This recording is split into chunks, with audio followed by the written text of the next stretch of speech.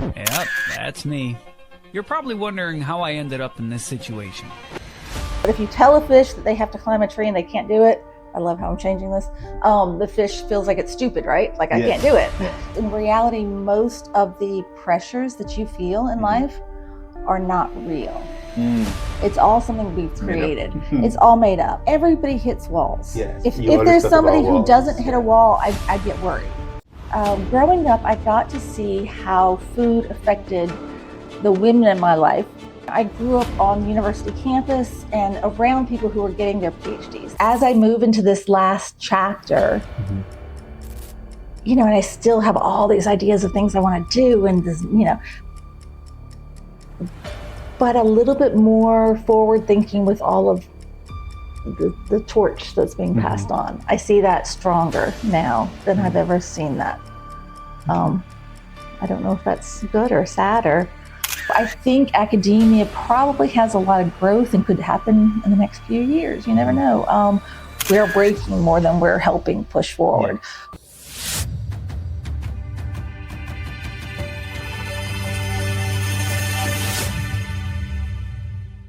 Hi, everyone. I'm very, very blessed and happy to have somebody here today, and someone who has been very important to my academic journey, as the name of this channel implies, and that's Dr. Sarah Colby.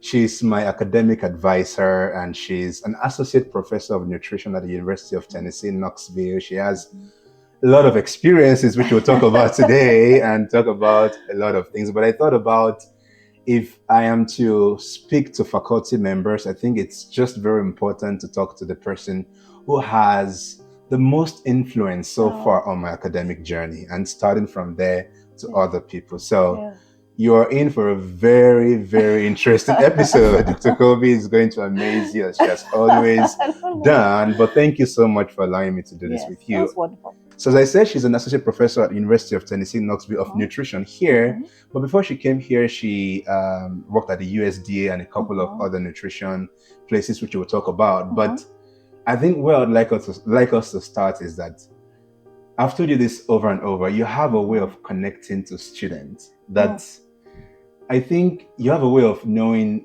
individual students' strength, and it amazes me. How do you do that? How do you know this person's strength and then connect them? How do you just figure all of that out, starting from there? That is a beautiful question, and one I have not actually ever had. It's funny because you do hit upon what I think is, if we all have different superpowers, right? We all have just a few things we're really good at. We have some things that are just not our thing that we're best at. And I have actually always said that writing letters of recommendation is my superpower, because I love singing the praises of other people and of my students in particular, obviously, because letters of recommendation. So, but the question of how do I do that? I think that it's listening. It's honestly just, I always think it's about being in the moment. You're always wherever you are, and you can handle whatever it's in your moment. That and keeping a really good to-do list over to the side. So that way you don't have to be thinking about your to-do list. So when I'm talking with you, I'm talking with you. I want to know who you are. I think there's also that fundamental, you care. I think if you really care about people, and then you take that time to be with them and to know who they are, I appreciate that you brought that forward and you noticed that, because I haven't thought of it that way. I think you do. And letters of recommendation, the last one you wrote for me, when I read the letter, I'm like, wow, if I were to read this, I would probably give this applicant. That's right. It changed it to like a conversation. You could hear, I could hear you talking through the letter, not just reading something you wrote. So that's really great. Anyways, I'd like you to tell us just how you started before you got into academia.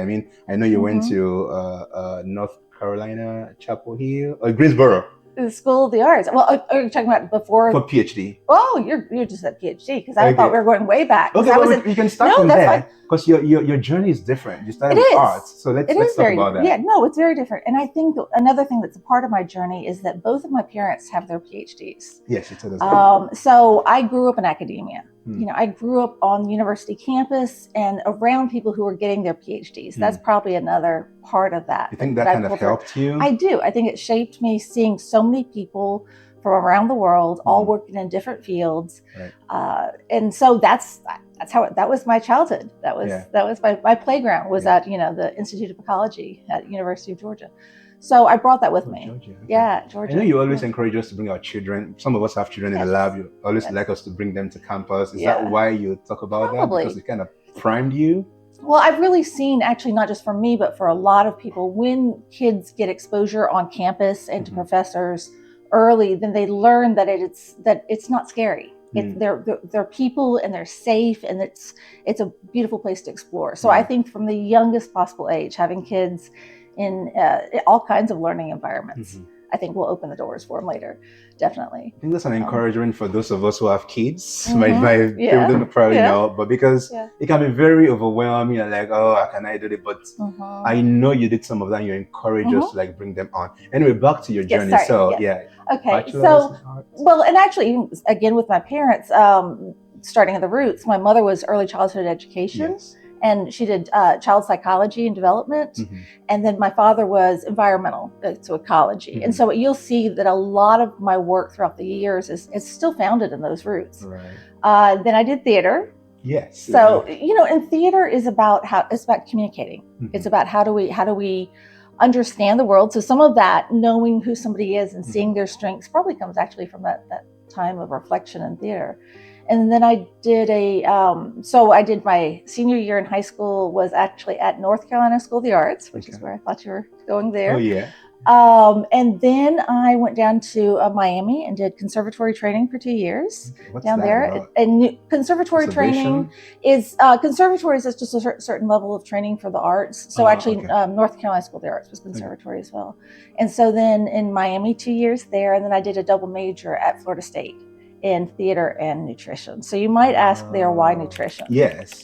So that means you weren't thinking of nutrition while you were doing the arts and theater and all of that? Yeah, I mean, I think, so where nutrition comes from, and a lot of people that I've talked to know this story, so it's fair to share, is that growing up, I got to see how food affected the women in my life, not to be gender biased at all here, but that's just the exposure. It's my experience, right? My lived experience. So my mother was obese before other people were obese. So I got to see how, she was the most intelligent person I've ever met. Brilliant female being. Well, she just, and just beyond, I mean, she went to UGA, actually undergrad when she was 16 years old, and graduated top 5 in her class. She was brilliant. So professor, wrote books, had just a phenomenal person, but how she felt about herself only because of her weight, that she felt like a failure because of her weight. And then watching how the rest of the world interacted with her with her weight, watching my father and her relationship. And at the same time, my best friend was gorgeous, blonde dancer, just amazing, gorgeous, but she was anorexic, bulimic. And so everybody wanted to either be her, date her, as the joke always says, depending on their orientation. She was just this beautiful soul, this outgoing, amazing person, and how she felt about her own body. And so for me, it was that impact of food on those people that I love. And it's something that you don't just draw a line in the sand like other drugs and you go, I don't do this. Food is something you're constantly making choices about every day. And so when you're struggling, it's such a complex, beautiful and painful sometimes experience, right? So I was aware of that, and I wanted to learn more, and I wanted to do more. And then I think at some age you realize it's okay to kind of become your parents. And so then that's why I went into academia for nutrition. So I did the double major. Sorry, long story. That's very impressive, because I think you always remind us that we should always remember our why. Because my dissertation is because I had a friend who passed on with colorectal cancer, and you always remember why you're doing this. It's the people. So, and which is something I think you've done a lot in your work. So you bring it definitely. And so the funny part about that I think comes full circle is that, so I did the double major, and then I went to Western Carolina to work on my internship at the time. And then I had my first child, and then I taught. It's like dietetic internship, right? Yes. So I could be an RD. And so I actually worked for 4 years as a as a dietitian during that time when my boys were little, and I taught adjunct at Western because I love teaching. And I already knew I missed the research because of my parents. If I hadn't had that exposure early, I don't think I would have realized that piece was missing. And I love research because it's always about the puzzle. It's about the why. It's exploring, it's understanding.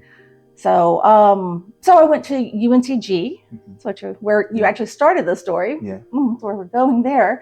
And that's where I say it comes full circle, because I actually did theater as nutrition education strategy with newly arrived Latino youth. Oh, okay. So theater and nutrition. Theater came, and it was still my favorite intervention I've ever done. It was the most powerful and beautiful, So what does that entail, like doing nutrition education through theater? What was that like?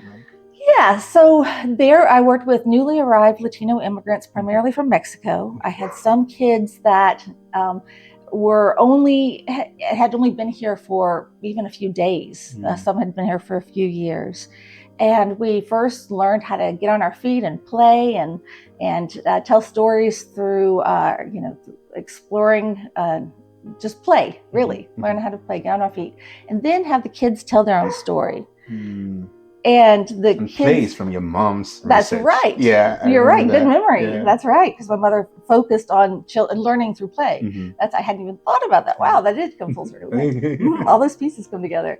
So those kids got to tell their story about coming over to the United States, their experiences, their fears, their dreams, and their experiences with food, and their food with the culture here, their food with their parents, and they told a gorgeous story about actually with diabetes is the story they chose to tell.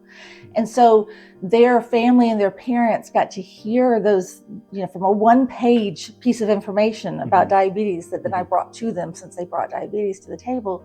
All that information got discussed as they learned their lines with their parents, and their parents all came in and watched this, and it was very powerful. It really worked.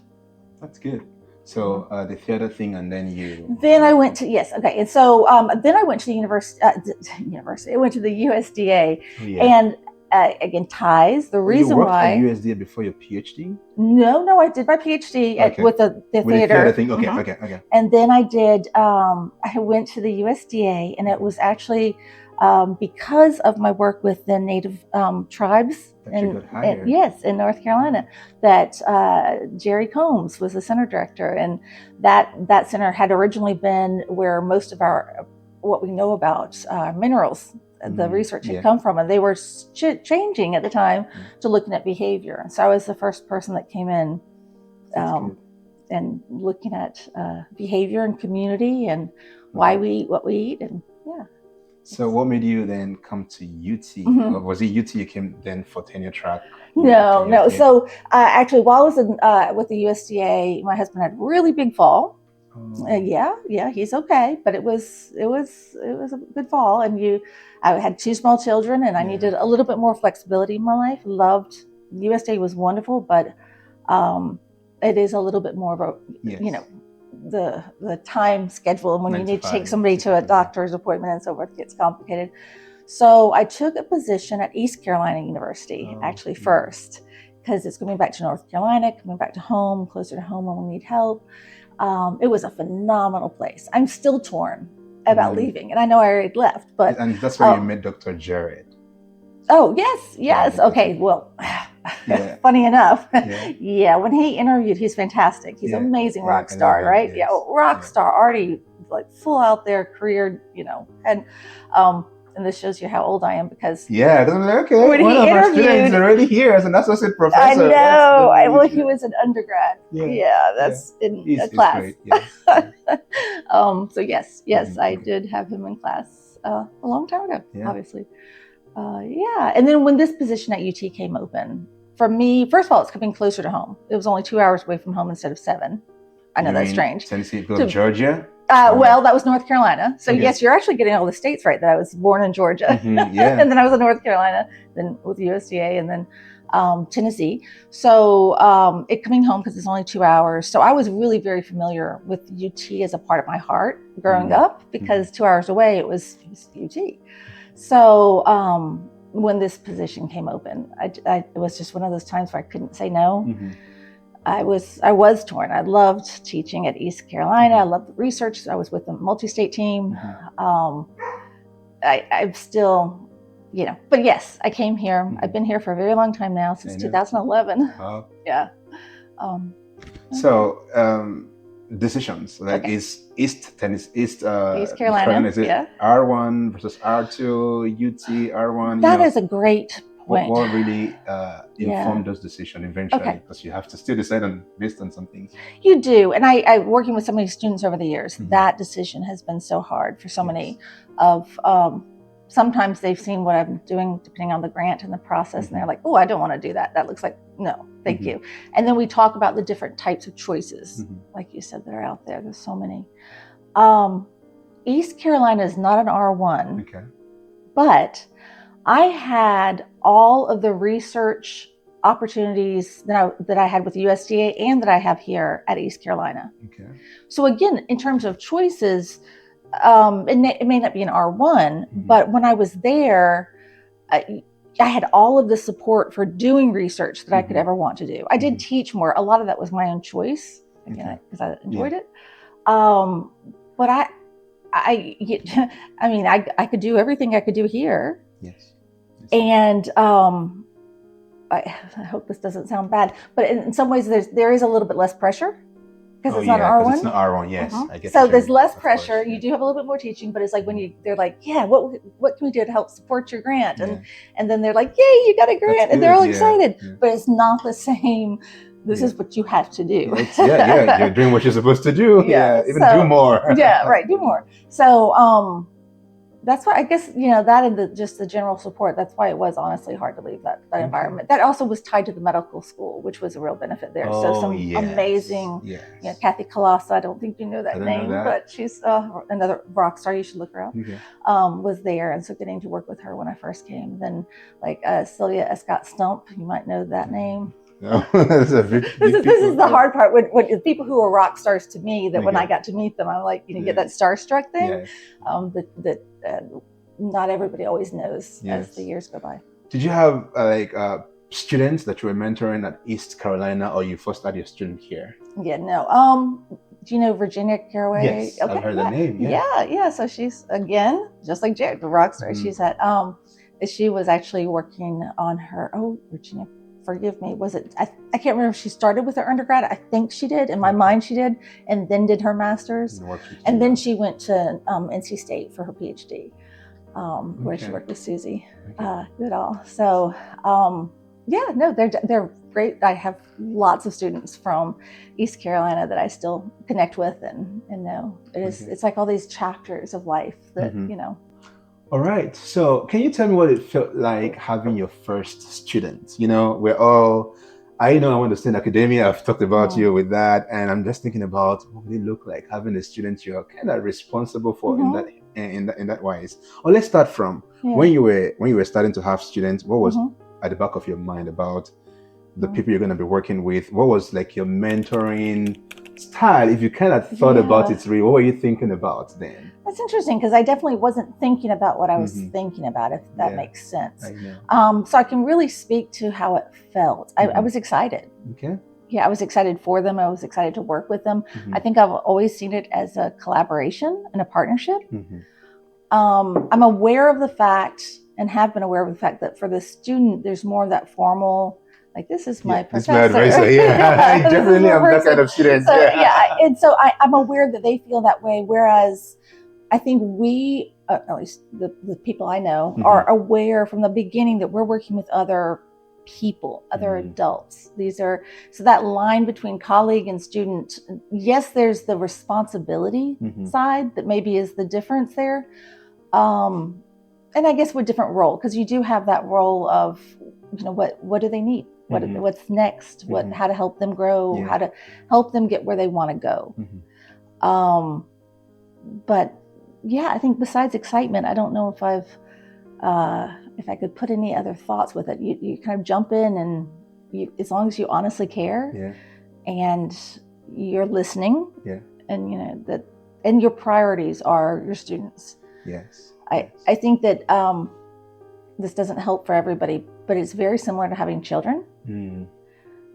That when you become a parent, your children are first. You know, that you want your children to achieve more than you have achieved. And you care about them with all their heart, with all your heart. You love them. And the hard part is they go. That's the hardest part. Is that, so every student that I've worked with, that I've loved, and that my own unique way, like it's like you don't love one child more than another. We're all different people, right? And then they've gone and they've lived their life, and they think about me occasionally, you know, but they don't realize probably that I still hold them in my heart. I still care. I still love them. But that's the point. You have to let them go. You give them roots, but you give them wings, you know? So it's that. Yeah, it's the same thing that happens. I'm going to say this. I'm just going to say that I believe you genuinely care about us. I remember coming to the United States first, because my coming to this country was for study, to work with you. And then you came, I think you sent your son to pick us at the airport.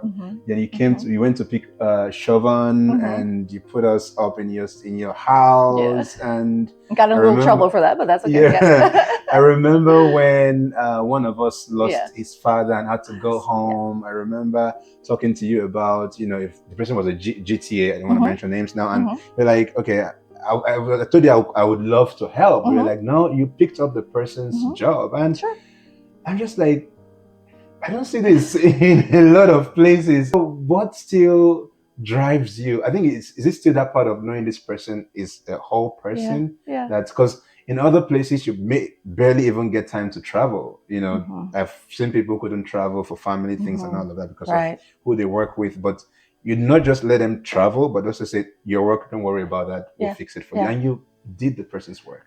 Right. Yeah. And there are differences. You're right. And that's one of the important things that I tell people as they're looking for a mentor, is to find the right mentor. Because that approach, that the family that we are in the lab, is not what everybody wants. There's some people who that's not where they will do the most growth. That's just not the best fit for them. So, and it's kind of, this is a weird analogy, but it's kind of like if you go on 100 dates, you're not going to find 100 people that's your person, right? That you're going to marry, that you're going to spend forever with. It doesn't mean the other 99 weren't amazing people. They're just not your person. So I think that mentors can be the same way. So not everybody wants that or needs that. I mean, do I think most of us want somebody who fundamentally cares about us? I hope so. I mean, that's definitely important. That's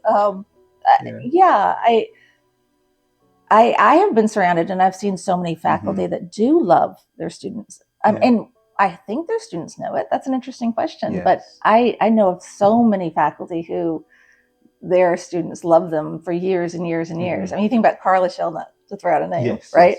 You know, and the way that people love her. Well, we have a guest. We have a guest. I say Carla. What's the name? This is Kaya. Kaya's my troublemaker, and I can put Kaya outside. Hi, Kaya. Jumped on the table. And now you're just gonna, you're going outside. Okay. You want to stay there? You're gonna leave them there? No. I mean, how does it do for the? Is okay. Okay, that's fine. That's Kaya Bell. Okay. Yeah, Kaya came into our life because Kaya. See, and this is kind of like people. We all have our strengths and our weaknesses, and Kaya's is that occasionally Kaya will bite people. Oh yeah, you told me that. So I treat Kaya with respect. It's actually I've never used this line. Never told this line to my students. I don't think, but I tell my kids this all the time. That you love somebody for who they are, not who you want them to be. I think that speaks to the strengths side. Knowing who somebody's strengths really are, so that you help them grow in ways that are right for them, and not trying to push them to fit into something that doesn't fit well. Because then they're not going to succeed and do this amazing, accomplishment. And then they're going to feel like they failed, and it wasn't because they failed. It's just they're in the wrong place. Right. It's that still just the other day I was trying to remember if it's Dr. Seuss or Einstein that said the thing about the fish in the tree, talking about intelligence. See, I need to look that up. But if you, and this is definitely not right, but if you tell a fish that they have to climb a tree and they can't do it, I love how I'm changing this. The fish feels like it's stupid, right? Like I can't do it. Well, it's not because the fish is stupid because it can't climb a tree. What you're asking the fish to do. The fish lives on water. Watch that fish. So Yeah. Thank you. Do you think the way you were mentored during your PhD also kind of affected the way you mentor? Because one thing I always ask myself That's is, interesting. because I think I was the GSS president. I attended Yes. some meetings that Yeah. I hear some faculty members talk about how, oh, they were working this number of hours during their PhD and they expect their students to work that kind of hours. And so it always like, we did this, why can't you do that? Right. So then I'm also thinking of, is Dr. Colby this way because of the mentors she had? And I know that's a very difficult thing to talk about, but what do you think? And I think there are different layers that you have there. I think that we are obviously influenced by our mentors. Yes. I had an amazing, wonderful mentor, Dr. Lauren Haldeman, who now is you've mentioned the name. She was at SNEB, right? Yeah, definitely, always. And then she's also the editor in chief for JNEB. JNEB, okay. Yes. SNEB. So Yeah, shout out. So yeah, she was my mentor, and I was her first PhD student. Oh, how was that? And we had kind of flip flop, because the other interesting thing, also talking about the that relationship that you have, because we were I think 3 months apart, maybe 4 months. I'm trying to remember what birthday is. I think it's more like 4 months. Okay. Yeah, so we were almost the same age. But for me, I had worked for a couple of years, as both as a nutritionist, and then I had worked for years as an adjunct professor, and I'd had 2 kids. Yes. So she'd gone straight through school. So she had this amazing academic training and just everything that I could need for learning and growing there. And then for her, it was her first academic appointment, whereas I'd worked as faculty. And then she had her first children, while I was there. Okay, then so it was this, but at the same time, for me, like the idea of calling her Lauren instead of Dr. Haldeman still feels just a little bit weird. Sorry. It's just, because it does. I had that respect of, this is my mentor, even though we're the same age. So I don't know. I think we had such a unique experience that I'm not sure if that is why I mentor the way I do. That's an excellent question. I've always thought about that. Like, I would love to know if Colby was mentored. Yeah, I think supportive. Dr. Haldeman is really good at drawing lines and boundaries and pointing people where they need to be. So, I mean, I do see a lot of similarities there. I definitely always I still feel like I could call her anytime and she'd be there, to give me advice and care. And, I care about her kids and she cares about mine, and they're all grown up now. So weird. With the other half of that question, though, this is now the brain test, was I wanted to speak about, because what was the other half of that? It was. So I was just talking about how I've heard faculty members mention how they were trained and how their students should do that and all that. Working 70 hours a week. Yes. So that's why it's such a difference to me. I don't think that's about mentoring. I think that's generational. And I think that that's something I've wanted to actually develop a training program for faculty, because we came from a different generation that liked that. Like we chose that. It's not just because somebody pushed us like that. We grew up with this academia, had this, I don't know, this aura around it, this thing that was so aspirational and so precious, and we wanted that intensity. We wanted that. We grew up surrounded by books in the library. Strength and staying up. I mean, we stayed up all night. We worked crazy hours, and all the way through getting tenure. You just that was a choice, even though people thought that they were being pushed to do it. Whereas I think that this generation, in a very beautiful, healthy way, has a better feeling of, am I living to work or working to live? Yeah. And I don't think that this generation that came from push, and push till you can't make it, and then push a little bit more, that they think when they see people drawing boundaries and healthy boundaries about time and making sure they're balanced and their work-life balance, that that's a generational thing, not about mentoring. It looks strange to them, like, why are they doing that, right? Yeah. But the other thing that I like to point out to both sides of that generational gap, whatever, is that a long time ago, if you were going to read an article and then write to that person that wrote the article, you were going to walk across campus and you were going to go to the library, and then you were going to look things up, and then you're going to go find it, and then you were potentially going to make photocopies, and with a machine, and then you were going to read that, and then you were going to write, often typing. Let's go back, even a generation older than I am. I'm not this old, but you're going to type this letter. You're going to put it in a mail. You're going to mail it. It's going to be in the mail for however long. That's a question. And that's a question to get to somebody else, and then they're going to read it, and they're going to think about it, and then they're going to write eventually, and it's going to get back to you. We're talking months between communication. Yes. The speed of science was different. Yes. Your generation. I don't have to go through. You pull button, read, button, gone. So, with the advancements and how much you can get done, there was not an equal advancement on how much you were expected to do.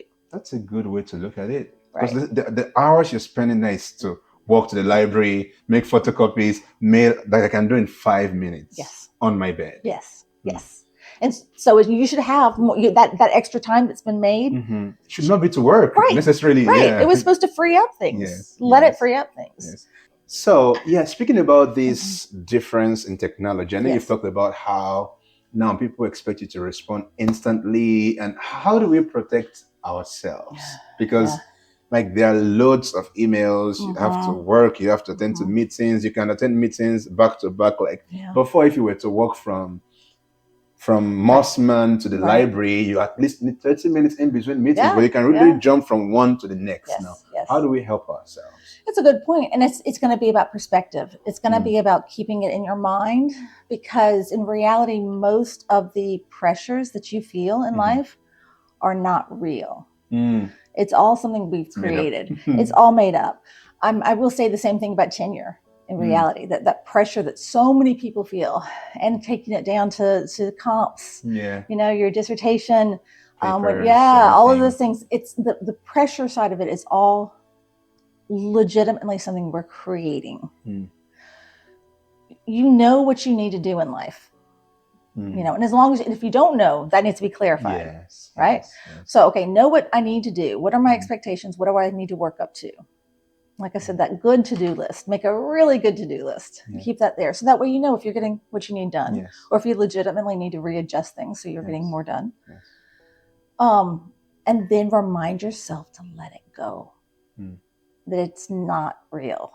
And I think that I say that, and I don't think I'm at the best place for that in terms of, you asked about emails yet, because the problem is we've gotten to a point where what's being asked of us is more than we can possibly do. Yes, humanly speaking. So the idea of, for tenure, people can, as you move on, and if you go into academia with tenure, people can get very stressed by that. Yes. But that's just something you're allowing to be in your mind. It's an artificial carrot. It's pretend. So if you know what your job is, you do your job, you do a good job, you love it. I mean, that's the thing. You if things are going well, you're going to love what you're doing. So you feel that energy, you love what you're doing, you do a good job, and you ignore the rest. The tenure, the accolades, all of that will come along. You don't have to think about it. So, but you'd mentioned email. The one thing that I would say I have not gotten to yet, that I think is coming, is that I think AI is going to help us this next step, I believe, as Google you have these. They're already doing it. If yes. you have a personal Google account, they have like a summary for you. And then the agent, the kind of having that personal administrative assistant who's there helping you, who's going to be able to point out emails that you really need to deal with, that you'll be able to flag things. So I think that as we go into this next phase, I think things are going to be a little bit more balanced. Learning how to use those tools is going to help you be able to, when you're at work, be at work. Like I said, love what you do. Yeah. And I like that. Find that. Yeah. And then when you are not at work, let it go. Be at home, be out in nature, be with friends, laughing, exercising, all those good things that fill you up. Be with your family, be with your kids, just be there. So be wherever you are, because you can handle the moment. Yeah. I like that, because you're saying know your job and actually do your job. But it's not just all about the job. There are other things you can do that are bringing the light to your life, and then do them. That's really great. I would also like to ask, Mhm. was there any time in your PhD that you felt like, did you ever question if you wanted to do it? I know you have a very good background. You had parents who were academics. Mhm. In spite of that, do you think it was just like, okay, I love it all through, or the retention, like, do I just have to stop this? Do I want to stop this or continue? Everybody hits walls. Yes, If you always there's talk about somebody who doesn't walls. hit a Yeah, wall, I get worried. yeah, You know, actually, this goes back to when I was going way back when I was apparently 2 or 3. I told my mother, "If you're good too long, you bust." I stand by that. Say it again. If you're if you're good, good too long, you you burst. bust. Yes, yeah. I Can mean, you hear that? we need things that. So there were, like, for instance, the class that I loved most, both in undergrad and grad, is 216. Is my biochemistries. I love chemistry. Oh, like when you were the taught, ones okay. when I was in my Wow. PhD program. That's people. Yeah, that's what I love the most. And I had some amazing and hard professors. And before every exam, Mhm. you know, where you'd stay up all night. For me, I'd stay up for days, and you're cramming, but in my mind, when I would go there, if I get any of that tension, Mhm. I was going to run away and be a photographer at the beach. Right. 100%. I was good. That's what I was going to do. So That's it's okay. definitely good. If I fail, that's fine. Mhm. You know, I've got this. I'm happy. I've got this Mhm. other path. So those were those moments, Mhm. and I did fine. You Yeah. know, obviously Yeah. afterwards. And then the only other time that I really hit my wall was probably, everybody's is a little different, but when my grandparents passed when I was in school, and I was Was really a incredibly PhD? yes, and I was incredibly close with my grandparents. They're Wow. most amazing people in the entire world.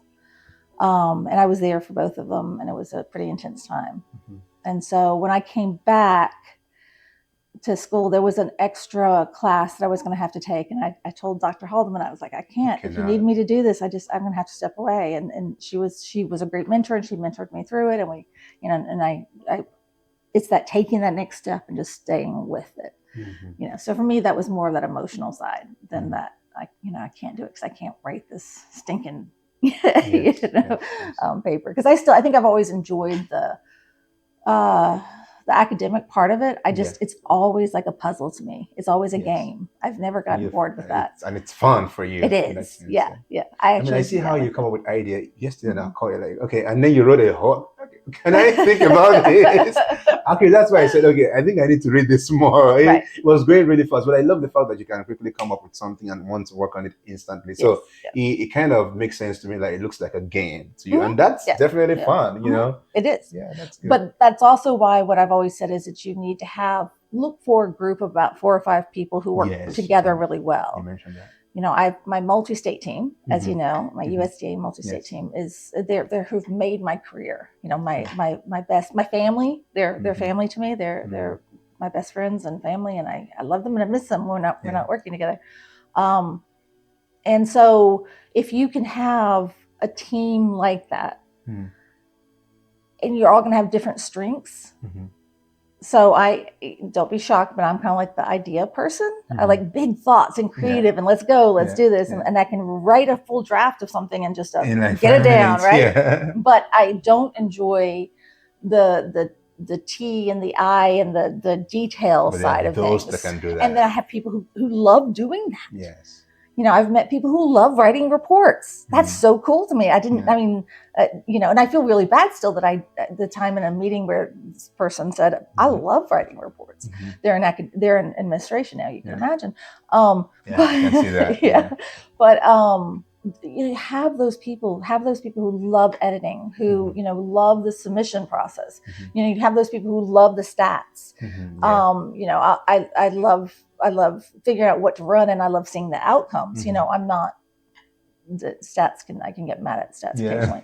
But anyway, I know you have a lot of things like that, but stats are really this. This is the part I love. So have your team, and work with them, and then you'll be productive, and it's good. That's good. Yeah. Let's talk about leadership. You know, fun fact: when I was going to run for the Graduate Student Senate President role, Dr. Colby encouraged me. I was like, okay, I wasn't actually going to run for the presidency. I wanted to go for the chair and just, you know, chair the meeting. But she said, if you want to do this, just go all in. And then I think you said you did something like that during your. So tell me about that. Yeah. No, exactly. I was the Graduate Student Association president as well, and it was phenomenal experience, and it brought so much to my education. Yeah. Recognize I would not have encouraged everybody to do that. Yes, that's the part of knowing people's strength. Yes, also that I know. Yes, I knew you were going to be phenomenal at it. You were going to just shine, and it was going to be a great experience for you and everybody else working with you. So, and it was going to bring good things to your world. Because you don't want to put somebody in a position that's not their strength and they fumble the ball, and it doesn't feel good, and it's that can really derail things. But people are going to be great. So all you needed was just that extra encouragement. Yes. Yeah, thank you so much. And I must say that encouraging me to go for that helped me even learn more about my career interests, like seeing the administrative side of academia, the leadership part. It's something I love to do. I love to work with people, to talk, to do what I'm doing. And that really just made me see that this is also possible in a research setting. And that was really great. It definitely was a turning point for me in terms of where I want to work and what I want to do. I know you also were the president of SNEB at some point. And SNEB is the Society for Nutrition, Education and Behavior, one of the top, nutrition education, society in the world, I must say, what was that experience like for you? It was wonderful to work with people that I already knew. Oh, yeah. And that's one of the things that I probably wouldn't recommend to somebody to jump straight into, being president of a large company, a large, group. Society. It's because society or organization. It's that you want to start off by volunteering. You want to get to know people because you want to build that network and that understanding of how the society, in this case, works. And then it almost feels, what's the best word for it? It's like it doesn't matter because you are just a role in the team that you would be in before and after. Yeah. And so you know how it works and you're there to do your role and hopefully do it well. Yeah. So my heart is still with SNAB as it was before and it will be afterwards. And it's the people. It's the idea behind that organization that again cares and cares about the world. So it's very easy to devote yourself to an organization like that where you're working in teams of people who care and want to make a difference. So being leader didn't feel different to you. It's just that year was my turn to do this. Yes. It's not like I'm in charge. Yes. In some ways I actually honestly feel like I have more power as a member of SNAB. I felt like I had a role. When you're president, your role is to facilitate everybody else's idea, working and coming together. Whereas when you are in the membership, that's your job, is to have the ideas and say, this is what we want to do. Yes. And then the people that you've elected to support you to get it done will get the work done to do it. Does that make sense? It does make sense. It does make sense. I think you did a very good job. I mean, that's really when a lot of us also got involved in SNB. The only other thing I'd like to say about SNB is that although I obviously love that organization, I've always said, and I have not gotten that off track with me being so involved, is that you should really get to know lots of different organizations. You need to be a part of as many as you can. As a student, really going to different conferences. It's that same kind of idea of the dating, 100 people, there's one person that's your person. You're going to find a home, and so try lots of different things. I think the other thing, sorry to say, is that we don't know exactly where we're going to click and what we're going to do until we get there, until we try the different things. So that's being open to those experiences and having the people around you to help guide you. Thank you.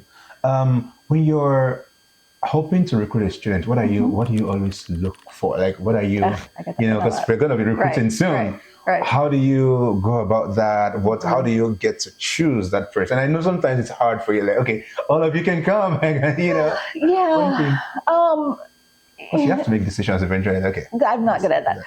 When they're amazing people, the most painful part is funding. Is right now financial, and I encourage people in the world to hold on, to don't lose hope, don't lose track of that energy toward knowledge, that I want to be a part of learning more. We cannot give that up. Just because this is a time where we're just not as able to bring in as many people because of funding, that's been the hardest part. In terms of what I'm looking for in students, it's easy, to me at least. Okay. It's not about what can you do, what do you already know, what are your skills, what are your experiences, let me see your CV. It's about that passion for learning. It's about this approach to learning, approach to life. That's where it's, yeah.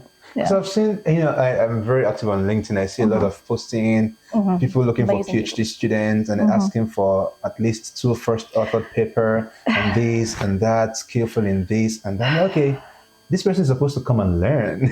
But this person looks like a postdoc already with all of these skills and all.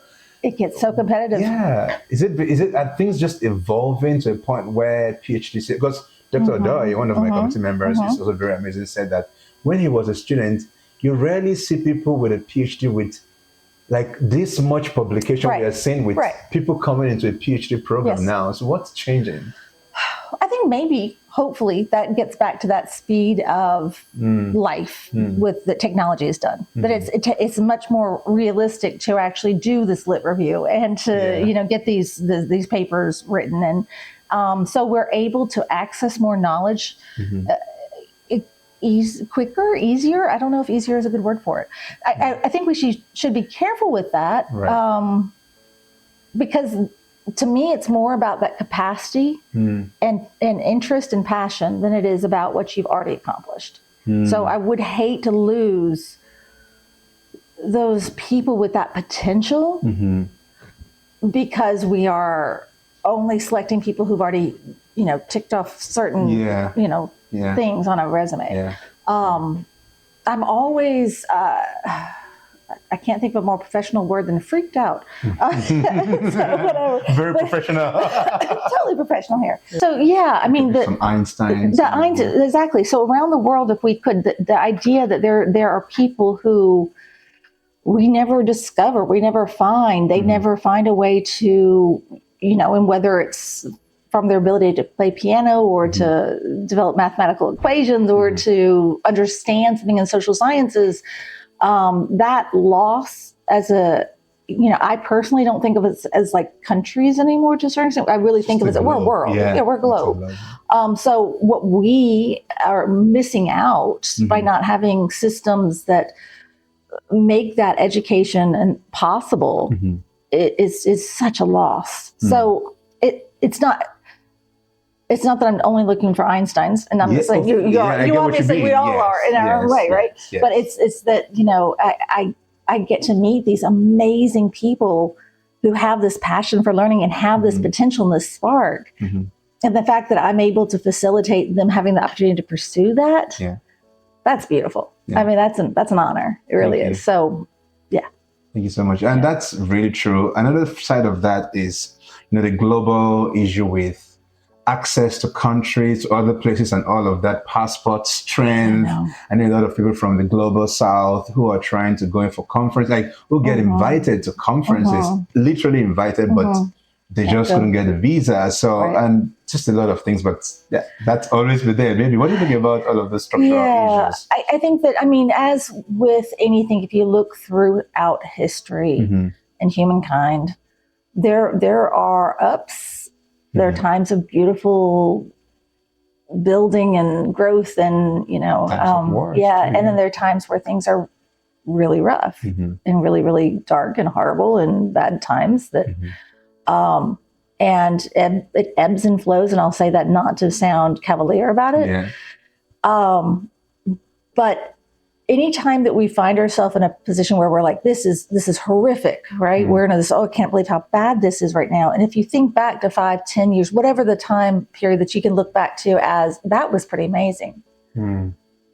That shows you it changed. It changed quickly, right? Right. That means it has the capacity, and it will, in reality, change again.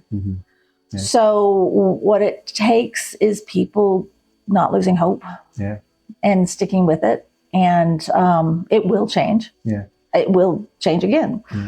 Can you say a word of encouragement to somebody who is probably watching this in a far remote part of the world somewhere? Like, I want to be like her. I want to also have this success she has. Okay, that was not fair. That was very no, it's okay. You didn't want to know what I was going to say, but what would you say to that kind of person? Yeah, well, I mean, honestly, I still say do it. I mean, but without, I know it's not easy. I can only imagine. I probably don't even understand. And I do understand the privilege that I had with my parents. Yes. That's they traveled the world, as you know. They traveled the world. They taught, overseas in many communities where education was not the norm and was lacking. Passion, sticking with it, believing in yourself, committing, always doing everything you can in the moment you're in to make the world a little bit better, the world that you're touching at least. Yeah. I wish I had, because I don't want to sound like it's like it's not blue and black. It's white and black, right? I just don't give up. I mean, just believe and keep fighting and looking for those opportunities, and it is possible. That's the amazing part. It is possible. So I had conversations with some grad students before I started the main interview about questions they would love me to ask. And the first one is, if you were not in academia, what do you think you would be doing? Oh, so many things. Yeah, I think so too. No problem at all. We got ideas. I mean, I'm still torn. I still want to do my farm where I'm growing things and hydroponic. I know, and we have growing things outside, and so I'd love to do a farm where I'm growing things and I'm bringing people in, where they get to put their hands in the soil and they get to learn. So it's still going to be the learning, even though it's not in academia. I would love to do that. The other question that somebody asked is, who are the people, and that was Marisa, that who are the people who, to double barrel question, who encouraged people to start in academia and those who encouraged them to continue? I can tell that your parents were a big part of your journey to start, but you don't agree? Okay, let me just let you answer the question. Who are those that encourages you when you encouraged you when you were trying to get into PhD and academia, and then those who continue to encourage you now? And doesn't mean formally encourage you, but looking at them and just feeling encouraged and motivated and wanting to go on. Okay, actually, I would say the person who encouraged me most to get into academia was actually Dr. Haldeman. Was my mentor. Yeah, I remember the first meal we sat down for the interview when I came to look at the program. That was the very beginning of this is okay. At the same time, I came in with, this is what I want to do. So I don't know, some of that's internal. And to have somebody who says, okay, well, let's we can help you get there. My parents, I think, supported me with whatever I wanted to do. Oh yeah. Yeah. There was no pressure of, you need to do this to be successful, or you need to do this to, so I wouldn't actually say that came from that side. Okay. Yeah. In terms of continuing, for me, that's easy also, because that's that multi-state team that I was talking about. Yeah. Those friends, and not just the multi-state, there are other people who, especially through SNAB, who I meet every year. Maybe it's just at conference, and then, or I see on Zoom when we're talking, but they're my friends who are going through the same things at the same time. Having that group of people who understand your life in a way that other people cannot. And those are the people who are gonna, they're gonna help you get through. Funny story, Dr. Carla Shelnut, like I mentioned, who I love and dearly, and she's amazing. She loves she loves cupcakes. So I'm not sure, but she always used to say we were going to run away and start a donut shop. Was our thing before tenure. So it's those people that like, we're going to be okay. We got this. That you just want around you that are going to help you. That's very good. That's very good. The other question we had was somebody asking about mental health right now in our, again, the younger generation. This is very more pronounced and more, it's something that's getting more attention than before. So what was it like when you earlier started and your PhD? Was it something that people talked very well about versus now? What would you say about the conversation around mental health in that across generations? especially in academia. Yeah, that is fascinating. I definitely think it was not something that was talked about. Not necessarily because it was hidden. I mean, for some people it may have been, but just less acknowledged or understood. I think maybe to a certain extent, it was this idea that you have up times and you have down times, and that's just and everything. It was okay. But I think there were probably always a lot of people that were suffering more than we knew. That by not having it part of the more mainstream conversation, it wasn't as acknowledged, and that's definitely a problem. But it's hard to know how much of that, because it definitely feels like there's more of a problem, now than there was. Yes. And again, it's hard to know. Is it because we're more aware of it? Yeah. And we're more, open to discussing it, definitely. But also maybe some of the ways we're living, that technology. Yeah. And it's such a shift. And anytime you're going through these times of transition, new things emerge that, from going from the pandemic where you have people who are isolated, and then you have so many people who are growing up online. And both that social media side that we understand how much toxic things can happen with that, but also just developing relationships and experiences and friendships, and then that loneliness being such a problem. So in academia, I think one of the things, this is an area that I think they still have a lot of growth needed. That there are many other companies and businesses that have embraced, mental health and wellness more actively, I think. I don't think they have as much focus as they probably need on mental health in academia, because it's still in that mindset of push, push, push, and everybody should be there, to the grind. And am I going to make it to tenure? Am I going to make it? It's all pretend. Let go of it. It's just pretend. So letting go of that mindset. And I personally think the people you get in academia are the people who are going to be pushing themselves anyway. They're the people who want to be, they want to achieve, they want to do more, they want to reach that amazing goal. And so I don't think we need negative, the stick or the carrot. I don't think we need that kind of environment to push those people. And I think we're breaking more than we're helping push forward. So I think academia probably has a lot of growth and could happen in the next few years. You never know.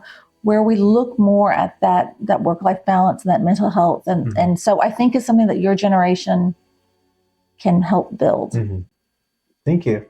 So I look forward to seeing. I think it's going to change. I do. For that. Somebody asked the question. She loves to teach. She's in a PhD in what's that called again? Creative writing. Oh, neat. But she said that sometimes she wakes up and she doesn't just want to teach. She doesn't feel like it's what she loves anymore. So she wonders, does this happen to everybody? Or is it a sign that I need to change what I'm doing? I need to leave? So our question is, when do you know it's time to leave? That's a great question. Yeah, and how You're do you know? You're not trying to say something, right? No. Oh, no, I'm not trying to say something, no. And how do you know it's not time to leave? Maybe it's just time to refresh yourself, So what do you think about that? So I think initially the first steps are to fake it. Just try to. Because sometimes you wake up and you're like, I cannot stand. I can't get do up this. out I of bed. cannot. I'm not. And if you can get yourself there, Try. and then in a classroom, and this is the difference also the online versus the but you get yourself with people and interacting.